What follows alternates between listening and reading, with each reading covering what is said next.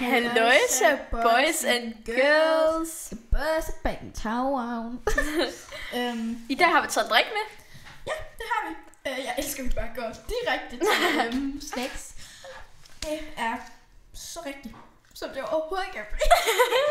Det er så rigtigt, Nå, men det er sådan en, vil du ikke lige introducere drikken? Eller hvad man siger? Jo, jeg købte den altså i normal for den.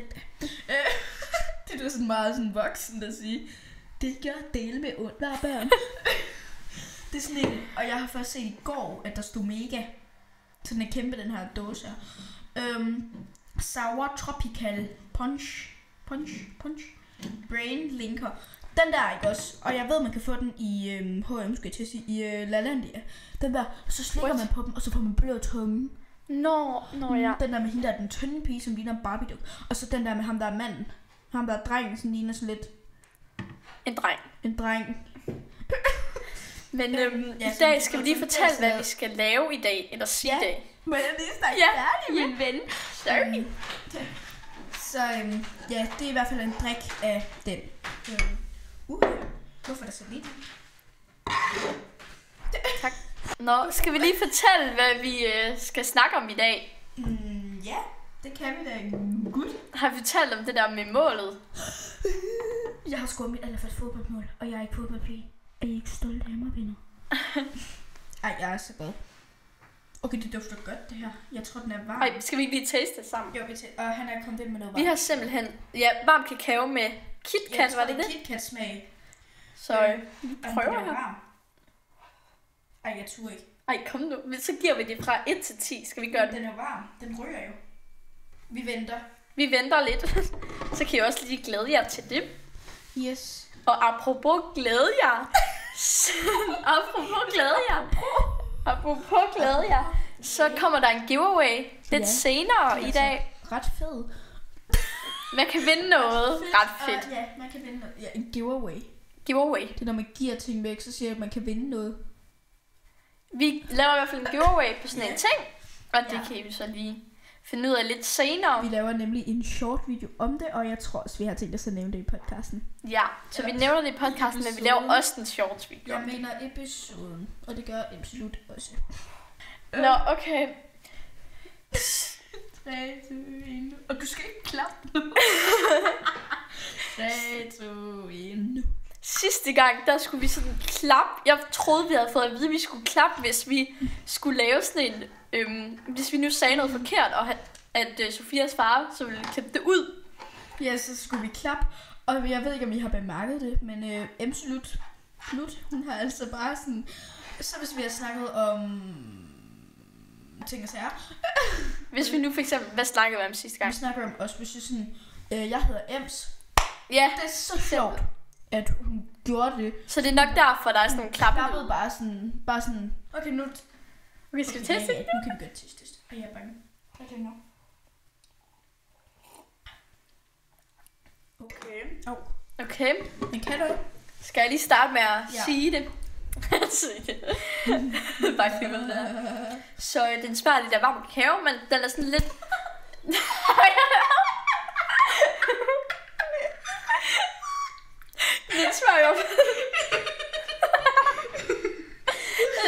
Den smager i hvert fald lidt af varm kakao. Ja, det er også varm kakao. 1 til 10. Hvad giver den? Du rankede det ikke. Nej, okay, jeg kan lige sige den. Jeg giver den en 5'er. Den er sådan lidt... Det var nemlig også det, jeg tænkte sådan... Den står mellem 5 og 6. Jeg tror, jeg siger 5,5. Skal vi lige gå tilbage til det der med short-videoen der? Ja. Vi laver en short-video. Med, hvor vi ligesom viser den ting, vi giver væk. Vil du lige sneak peek til næste afsnit? Vil du give det? Hvordan skal man ikke give det? Jo, det handler faktisk noget om nogle sæder. Ja. Og en lille kasse. Så kan I jo måske gætte jer frem til, hvad der kommer. Yes, og måske kommer der et sneak peek mere lidt senere. Man ved jo aldrig. Det må I jo vente og høre. Fordi man siger, vente og se. Men... Ja, I ser jo ikke noget. Der kommer måske et billede, men... Skal vi lige fortælle det der med... Jeg havde tænkt, vi skulle sige. Ja, sig det. I hvert fald, så har vi næsten ramt 100 visninger på vores Episode 2. Nej, på episode 1. Jeg kunne lave en episode endnu. I hvert fald så vil vi blive virkelig glade, hvis I abonnerede. Yeah. Fordi prøv at tænke, hvis vi rammer 100 abonnenter en dag. Altså, hvad er din kode? Jeg prøver bare lige at gå ind og google, skulle jeg til at sige, og se, hvor mange abonnenter. Visninger vi har lige nu. Vi har right now. Jeg scroller sådan helt ned. Fordi... Okay. Så er hun ved at kigge. 83 visninger, og vi har alle så 9 abonnenter. 9 abonnenter. Så vi please abonner til vores kanaler. Skal vi lige fortælle, hvad vi skal lave i sommerferien? Okay, så langt er jeg ikke nået. Ej, men jeg ved heller ikke, hvad jeg skal. Det kan være, jeg bare skal. Hvorfor forslag, du så vi skal? Ikke weekend. Nej, ikke weekend. Der er snart vinterferie. Ej, man kan se igennem den her mikrofon. Skal du noget specielt i vinterferien? Skal du lave noget specielt i din vinterferie? Jamen, jeg tror altså, jeg skal hjem til min bedstemor og bedstefar, men jeg ved ikke. Okay. Hej, Sofie her. Jeg afbryder lige det her afsnit, fordi vi ikke har set, at mikrofonerne er slukket de sidste 5 minutter. Så vi var i gang med at lægge op til vores brevkasse med spørgsmål. Det var bare lige det. Hej hej. Så skal jeg trække en. Jeg synes, du skal. Okay. Okay. Hvor lang tid har I overvejet at lave en podcast? Faktisk lige siden 4. klasse. Men vi tænkte bare ikke, den skulle ud. Gjorde vi det? Så vi satte os i en fritidsklub. Vi snakker også lidt her om det her lidt. Og stadigvæk fritidsklub, som på skole. Så vi satte os ned, optog i klubben. Og så, ja, og vi optog det bare på telefonen. Sådan ikke sådan en lydoptagelse på telefonen. Ja. Den er våd, den. Og nu river jeg sådan lidt papir over her. Den er våd. Ja. Den har lagt den i det. Nå, vi havde altså lige spildt noget, så ja. Men ja, det er egentlig faktisk bare det. Og så sagde min far, at vi skulle prøve at lave det rigtigt, og så ville han gerne udgive det. Så det har bare været en drøm lige siden 4. klasse. Men I ved jo ikke, hvilken klasse vi går i nu. Nej. Men skal vi sige det? Ja. Nej, skal vi ikke vente lidt? Jo, vi gør det, fordi 4. klasse, det er ikke for sådan særlig lang tid siden. Men det er alligevel et godt stykke tid siden. Du sidder og skriver. Ja. Nå, må jeg take one? Ej. Og det har jeg egentlig selv har skrevet. Er det en Lut har skrevet? Ja, så har jeg skrevet. Hvor gammel vi er. Spørgsmålstegn. Så sådan, hvor gammel vi er? Ja, skal vi så bare sige det nu? Ja. Vi går begge to i 5. klasse. Ja. Ja, 5. klasse. 5. B. Det er verdens bedste klasse. Ja. Vi er 11 år. Ja, 11 år begge to. Ja, vi går i hvert fald i 5. klasse. Så. Jeg trækker den næste her. Det er den her. Har I altid snacks med? Vi har jo kun 3 indtil videre. ja, 2 dage. Ja. Ja, det har vi. Altid. Fordi det gør de også i den anden, og så tænkte vi, det er faktisk ret smart. Og sådan, så dehydrerer man ikke i de 20 minutter, vi optager.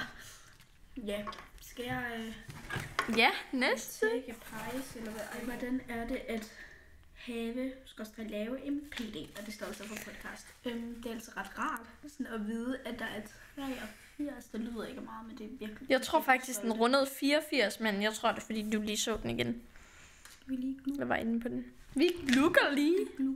Og gluk er lige med at kigge. 84 videoer. 84 visninger. Jeg føler, at det her det bliver sådan lidt mere chill video. Det føler jeg Eller også. podcast. Så det er jeg sådan ret glad for. Jeg elsker bare at gå ind i de billeder, så tager jeg bare billeder. Så næste spørgsmål. Den tager du, min ven. Det er i hvert fald rigtig rart, at der kan være lykke til det. Vi er også kun 40 børn på vores årgang, så det er ret vildt, at der er sådan 40 mennesker mere. Nå. Ja. Hvor laver I podcasten? Og det kan vi altså se, fordi vi har skrevet 2 forskellige tyser. Jamen, vi laver den hos mig. Ja, hos vi laver min den hjemme hos far. Sofia.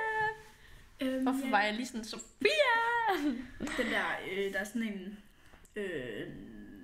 jeg har set, hvor der er sådan en mand, som kan sådan vende sine øjne ud af, og sådan, Sofia, Sofia, Sofia. Og han har også gjort det med Emily. Hvem, hvad, hvor? En eller anden mand, hvem hvad, hvor? En eller anden mand, som sådan kan få sine øjne ud, og sådan der, og så siger han navn, og man tænker sådan, Sofia. Hvad var spørgsmålet nu? Jeg kan faktisk, jeg har ikke. Jo, hvor? Jo, vi gør det hos min næste. Skal jeg trække næste? Står der hvor og hvornår? Nej, hvem skal dig hvor, tror jeg. Hvorfor hedder Ems Lut? Det poppede bare op i mit hoved. Ligesom jeg også kalder min kusine for fniddersmadder.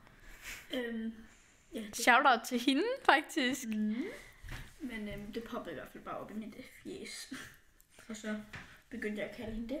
Så det poppede også bare op i mit ansigt, at jeg sagde Emily. Jeg kan godt lide, hvorfor jeg vil vide, hvorfor du kaldte mig Lut. Det kan ja. Trækker du næste spørgsmål? Der er ikke flere. Ej, er der Den ikke? Tom. Ej, skal vi? I hvert fald så var det nogle gode spørgsmål. Og I må også rigtig gerne stille spørgsmål ned i kommentaren. Om hvis I har nogle spørgsmål til. Ej, der er en flot solnedgang lige nu. På gluk. Jeg ser fugle fra mit vindue. Se det blå. Se hvad vi kan med vores tusser. Og så Ej.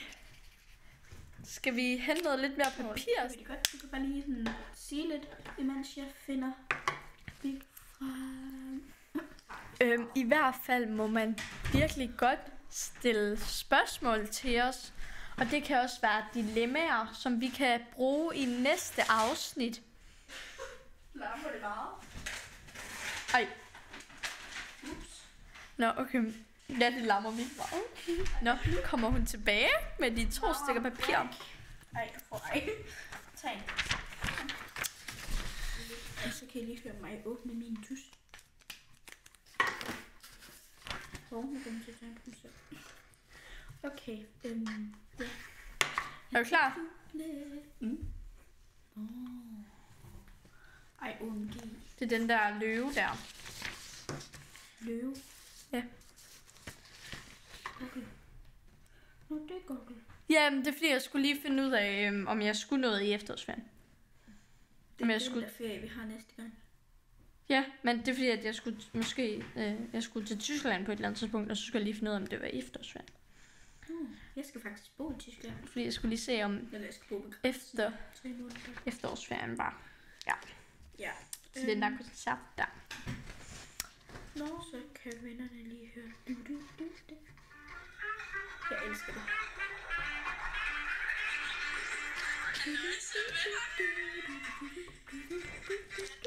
Jeg håber, der er bedre lyd med mig i dag. Den her uge, så besøger håber jeg bare, der er bedre lyd ved mig, fordi at vi har kun én mikrofon. Jeg tror lige, vi skal have sådan her op lige før. Like skibbity sigma boy. Du er lidt. Tager du en, eller hvad? Skibbity. Vi var til en fest i lørdag, skulle jeg til at sige. I sidste fredags. Ja, kommer du egentlig til det? Ja, fredag. Til det. Og det er jo ikke sådan noget vild fest, det er jo bare sådan noget sodavandsdiskotek. børnefest. Sodavandsdiskotek. Det hedder bare noget andet. Er det egentlig i andre byer end vores? Ja, det tror jeg, men så hedder det bare ikke det. Okay. Hvad er din yndlingsbutik? Normal. 100 p. Ja, jeg tror Eller faktisk også min er normal. Normal. Nå. Gå væk. Din griber. Jeg er ikke nogen jordbærgrød. Skal vi runde af? Far, vi er færdige nu.